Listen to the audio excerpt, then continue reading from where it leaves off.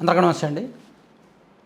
సొంత పేపర్ ఉంది, సొంత మీడియా ఛానల్ ఉంది, సో ఒక బలమైన వ్యవస్థ ఉంది, చెప్పడానికి నోరు ఉంది, ఏదైనా రాసేయచ్చు, ఏదైనా చెప్పేయచ్చు.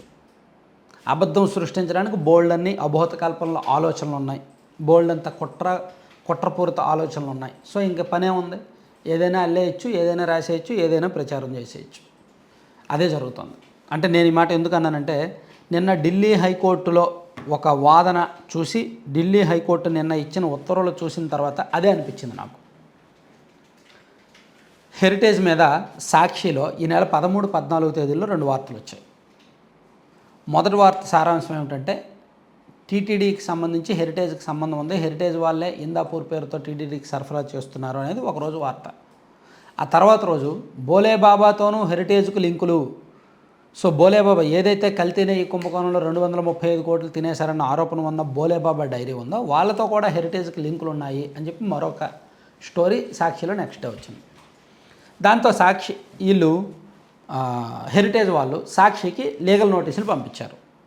మీరు రాసింది తప్పు, మాకు బోలేబాబాతో ఉన్న కనెక్షన్స్ వేరు, బోలేబాబా అనే డైరీలు 2 ఉన్నాయి, ఒక డైరీ ఉత్తరాఖండ్లో ఉంది, మరో బోలేబాబా డైరీ ఢిల్లీలో ఉంది, దీని యాజమాన్యం వేరు, దాని యాజమాన్యం వేరు, ఢిల్లీలో ఉన్న డైరీ యాజమాన్యం ఏమో అగర్వాల్ కుటుంబానికి చెందింది, ఉత్తరాఖండ్లో ఉన్న డైరీకి యాజమాన్యం ఏమో ఈ విపిన్ జైన్, పమిల్ జైన్ వాళ్ళు ఉన్నారు.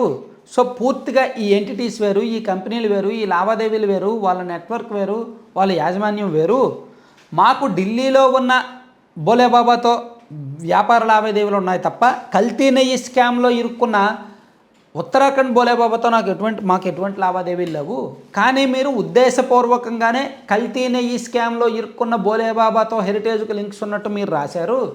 మీరు రాయడం వలన మాకు ఇలా వ్యాపారం దెబ్బతిన్నది, మీరు మా పరువు నష్టం కలిగించారు, మాకు 100 కోట్ల పరువు నష్టం వేయండి, అమౌంట్ ఇవ్వండి అండ్ తక్షణమే కథనాలు డిలీట్ చేయండి అని కోరింది. దానికి సాక్షి నుంచి ఎటువంటి స్పందన రాలేదు.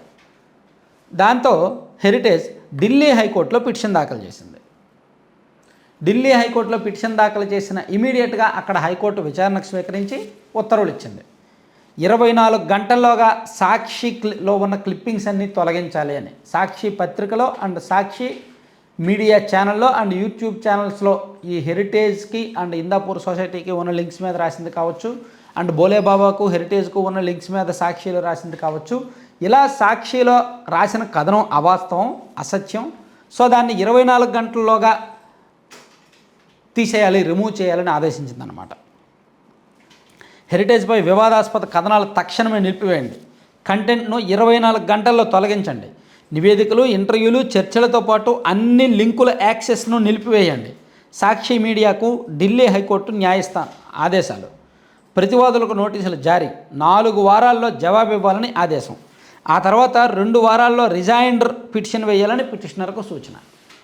సో ఢిల్లీ హైకోర్టు చాలా సీరియస్గా స్పందించి, హెరిటేజ్ అనేది చాలా పెద్ద బ్రాండు, మీరు ఆ విషయంలో నిర్ధారించుకోకుండా ఎలా మీరు వార్తలు రాస్తారు, సో లీగల్గా సాక్షిలో రాసింది తప్పు అని ప్రూవ్ అవుతోంది, హెరిటేజ్ వాళ్ళు సమర్పించిన లీగల్ డాక్యుమెంట్స్ అన్నీ కూడా పక్కాగా ఉన్నాయి, వాళ్ళకి ఇందాపూర్కి సొసైటీ ఏంటి, వాళ్ళకి బోలేబాబాకు వాళ్ళకి ఇందాపూర్కి సంబంధం ఏమిటి, వాళ్ళకి బోలేబాబాకి సంబంధం ఏంటి అనేది చాలా స్పష్టంగా చట్టబద్ధంగా చెప్పారు.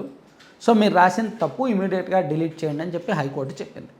ఢిల్లీ హైకోర్టు చెప్పిన తర్వాత హుటాహుటిన సాక్షిలో నిన్న సాయంత్రం నుంచి ఈ పేపర్లో ఉన్నవన్నీ తీసేశారు. ఇంతకుముందు ఈ పేపర్లో 13, 14 తేదీలు ఉన్నాయి కదా, అవి తీసేశారు. అండ్ యూట్యూబ్ ఛానల్లో ఉన్న లింక్స్ తీసేశారు, డిలీట్ చేశారు.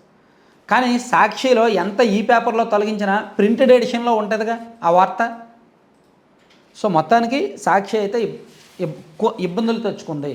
మరీ ఫేక్ ప్రచారం, మరీ నెగిటివ్ ప్రచారం, ప్రజల్లో ఏదో ఒకటి ఎక్కించేయాలి అని హెరిటేజ్ మీద బురజల్లితే కల్తీనే ఈ స్కామ్ నుంచి తప్పించుకోవచ్చు అనే ఆలోచన కావచ్చు. ఆ ఆలోచనతో, ఆ వికృతమైన ఆలోచనతో వైసీపీ వాళ్ళు ఆ ప్రచారం స్టార్ట్ చేయడం, సాక్షిలో ఆ కథనాలు రాయడం, ఇమీడియట్గా హెరిటేజ్ స్పందించడం, లీగల్గా కేసు వేయడం, కేసు హెరిటేజ్కు అనుకూలంగా రావడంతో వైసీపీ బలం మరింత, వైసీపీ వాళ్ళు ఫేక్ ప్రచారం చేస్తున్నారు, వీళ్ళు ఇంకా ఇప్పటికీ అదే అబద్ధాన్ని నమ్ముకున్నారని చెప్పి మరింత బలం కోల్పోయి బలహీనమయ్యే ప్రమాదంలో అయితే వైసీపీ పడుతుంది. కాబట్టి ప్రతి చిన్న దానికి కూడా అబద్ధాలు అల్లకూడదు. Thank you.